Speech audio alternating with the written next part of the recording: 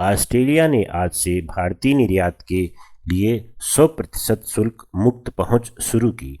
भारतीय ऑस्ट्रेलिया आर्थिक सहयोग और व्यापार समझौते (ECTA) के तहत आज से सभी भारतीय उत्पादों को ऑस्ट्रेलियाई बाजार में जीरो ड्यूटी एक्सेस मिल गया है, जिससे कपड़ा और इंजीनियरिंग निर्यात बढ़ेगा।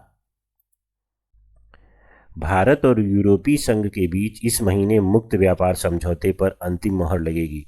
26 जनवरी को गणतंत्र दिवस के अवसर पर यूरोपीय संघ के नेताओं की यात्रा के दौरान बहुप्रतीक्षित मुक्त व्यापार समझौते (CTA) पर हस्ताक्षर होने की प्रबल संभावना जताई जा रही है।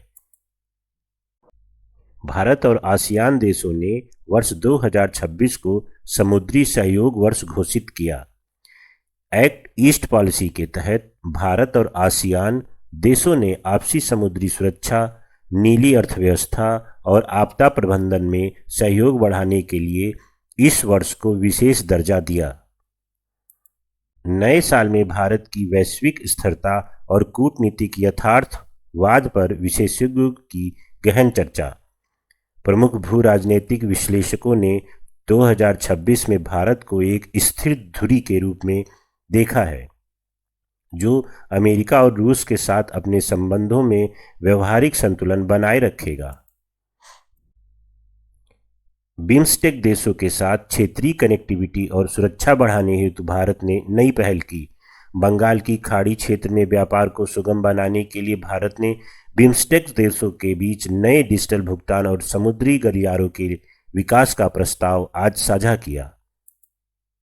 बहुध्रुवी विश्व में भारत ने साल 2026 हेतु नई वैश्विक रणनीति नियमावली अपनाई। विदेशी मंत्रालय ने न्यू ग्लोबल प्लेबुक 2026 के माध्यम से संकेत दिया कि भारत अब किसी एक गुट के बजाय राष्ट्रीय हितों और ऊर्जा सुरक्षा को प्राथमिकता देगा। फरवरी में होने वाले AI इम्पैक्ट समिट के लिए दिल्ली में बड़े पैमाने पर तैयारी। भारत अगले महीने AI इम्पैक्ट समिति 2026 की मेजबानी करेगा। इसमें वैश्विक तकनीक लीडर और राष्ट्राध्यक्ष कृत्रिम बुद्धिमत्ता के नैतिक उपयोग और वैश्विक नियमों पर चर्चा करने जुटेंगे। बीजिंग में आयोजित होने वाली चीन-पाकिस्तान सामरिक वार्ता पर भारत की कड़ी पैनी नजर रही।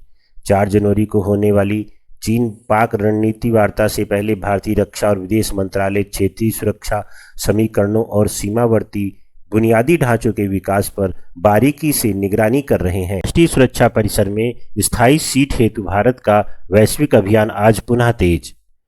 वर्ष 2026 की शुरुआत के साथ ही भारत ने अपने G4 देशों के साथ मिलकर सुरक्षा परिषद में सुधार और अपनी अस्थायी सदस्यता के लिए नए कूटनीतिक दबाव बनाने की शुरुआत की।